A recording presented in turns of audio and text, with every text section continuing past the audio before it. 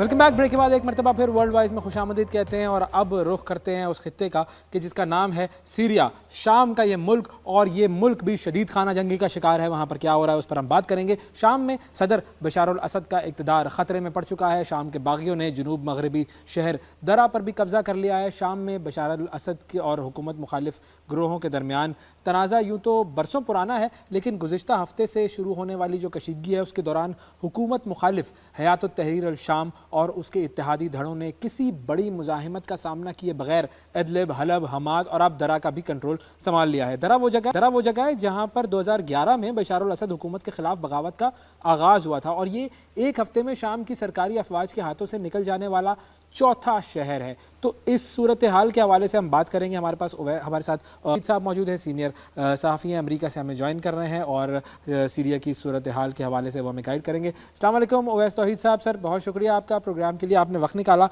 सबसे पहले तो अगर हमें और हमारे नाज़रीन को आप ये समझा सकें कि ये जो बागी हैं शाम के, ये कौन लोग हैं, चाहते क्या हैं? बशार अल असद की हुकूमत का बेसिकली खात्मा तो ये चाहते हैं, लेकिन इशूज़ क्या हैं इनके?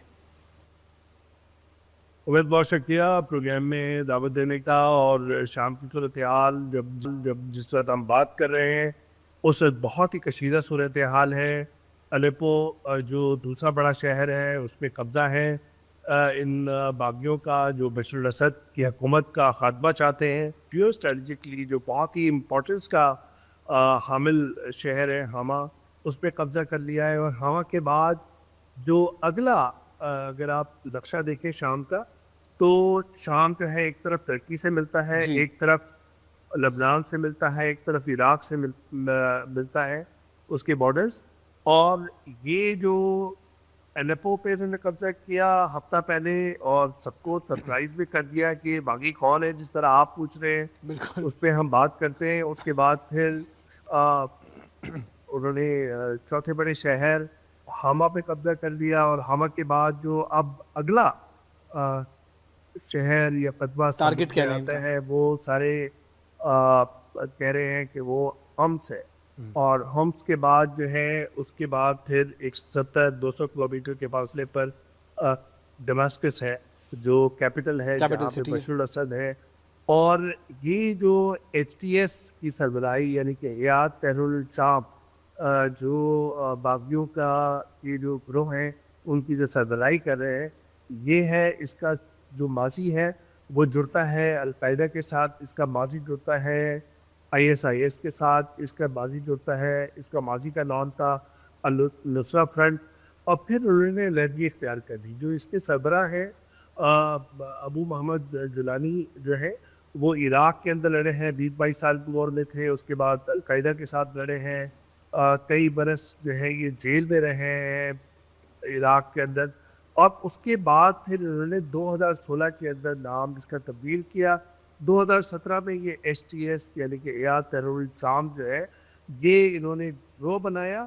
और इनके बकौल ये एक इंटरव्यू जो दिया था उसमें जी ये कहते हैं कि हम 7-8 लोग थे, और उसके बाद फिर 5 स्टार हुए। और उसके बाद अब इनकी तादाद जो आम तौर पे जो एक्सपर्ट्स इन ग्रोह को जानते हैं तुर्की और सीरिया और इराक में जो गहरी नज़र रखते हैं, उनके मुताबिक ये कहीं ना कहीं 40 से 60 हज़ार के लगभग है, जो एक बहुत बड़ी अच्छा, ये तो तादाद बहुत है। बड़ी तो तादाद है जब इनकी। तो सर मुझे मैं 2017 ये के पूछना बाद चाहूँगा सर कि जो अब ये इतने सारे बड़े बड़े शहरों में दाखिल हुए हैं ये बागी, तो इन्हें किसी किस्म की मज़ाहिमत का सामना नहीं करना पड़ा? तो हुकूमत क्या बशार अल असद की जो है वो वीक हो चुकी है, या जो फोर्सेज हैं बशार अल असद की वो मज़ाहिमत करना नहीं चाहती हैं?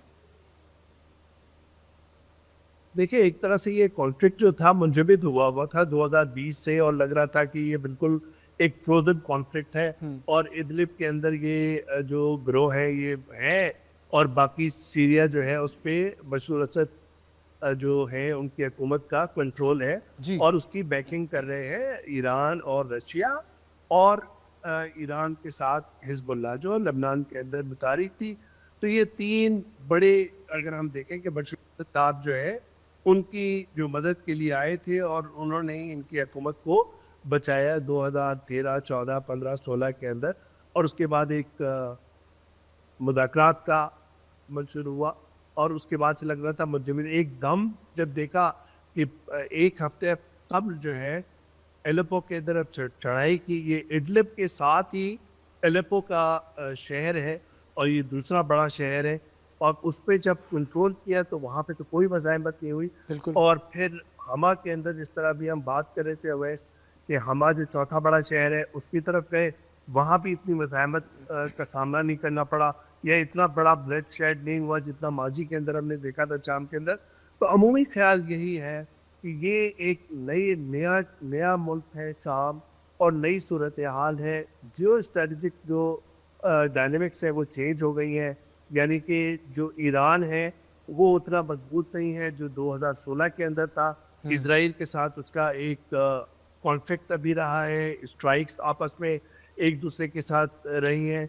फिर अगर आप हिजबुल्लाह देखें, जिसने सपोर्ट की थी, हिजबुल्लाह जो है वो भी बहुत काफ़ी कमज़ोर नज़र कमज़ोर आ हो रहा गई है, है। बिल्कुल। अभी उनका सीज़ फायर हुआ है इसराइल के साथ, किस तरीके से इसराइल ने उनके जो बड़े लीडरान हैं हसन नसरल्लाह समेत जी। उनको मार गिराया है।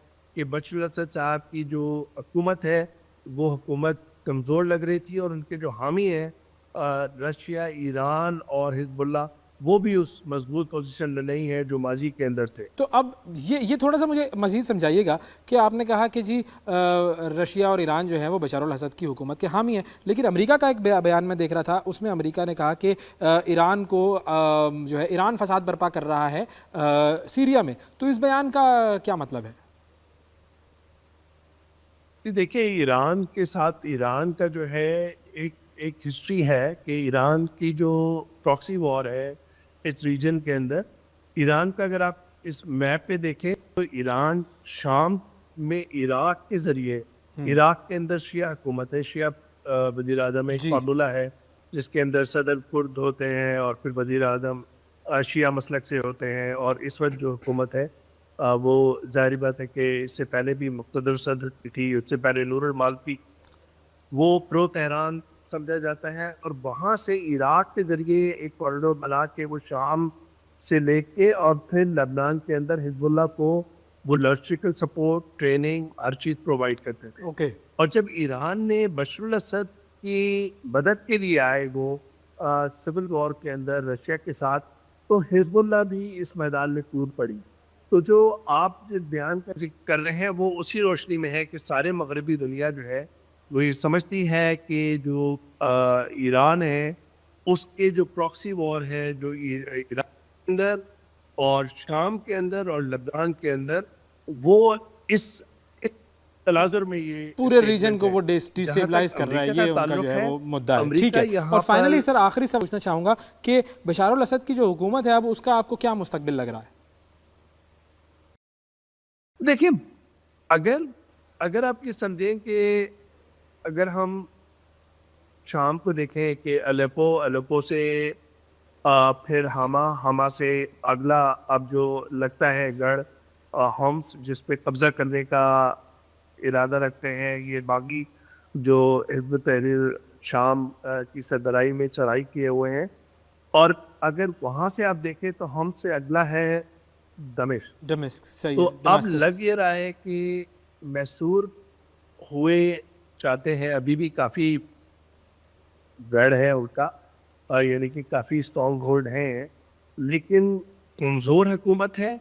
और माजी ये करीब में सबसे ज़्यादा इस वक्त कमज़ोर सूरत हाल में, तो एक वल्नरेबल सूरत हाल में है। लेकिन अगर ये कोई इस नतीजे पे पहुँचे कि भाई होम्स और होम्स के बाद दमिश्क, तो मैं ये नहीं समझता कि इतनी जल्दी दमिश्क हो जाएगा, क्योंकि रीजनल पावर्स और इंटरनेशनल पावर्स हैं वो ये समझते हैं कि इस वक्त जो बागी जो चढ़ाई किए हुए हैं ये इस्लामिस्ट हैं, ये जी। जो है इनका जो माजी है वो शिद्दत पसंदी या अस्करियत पसंदी से जुड़ा रहा है, अलकायदा के साथ लड़ते रहे हैं, ISIS के साथ लड़ते रहे हैं। शाम के अंदर जो 70% लोग हैं उनको खाने की अशिया की ज़रूरत है, उनको नकल मकानी पे मजबूर हैं। तो एक बहुत बड़ा इंसानी अलमिया भी जन्म दे रहा है, जहाँ पर हमें ये लग रहा है कि बशर अल असद की हुकूमत, जहाँ पे मगरबी दुनिया उसका तख्ता उलटना देखना चाह रही थी माजी के अंदर, कि बस वो तख्ता उलट बिल्कुल। जाएगा, مجھے ایسا نہیں لگتا. مجھے ایسا بالکل لگتا ٹھیک، ہے بالکل کہ بشر الاسد اس وقت مشکل. بالکل ٹھیک سر، بہت شکریہ. ہمارے ساتھ اویس توحید صاحب موجود تھے جو کہ بات کر رہے تھے سیریا کی صورتحال کے حوالے سے. اور پروگرام ختم کرنے کا وقت ہو گیا ہے جی. آج کے پروگرام میں اتنا ہی. آپ سے اگلے پروگرام میں پھر ملاقات کریں گے. اس وقت تک کے لیے اجازت دیجیے. اللہ حافظ.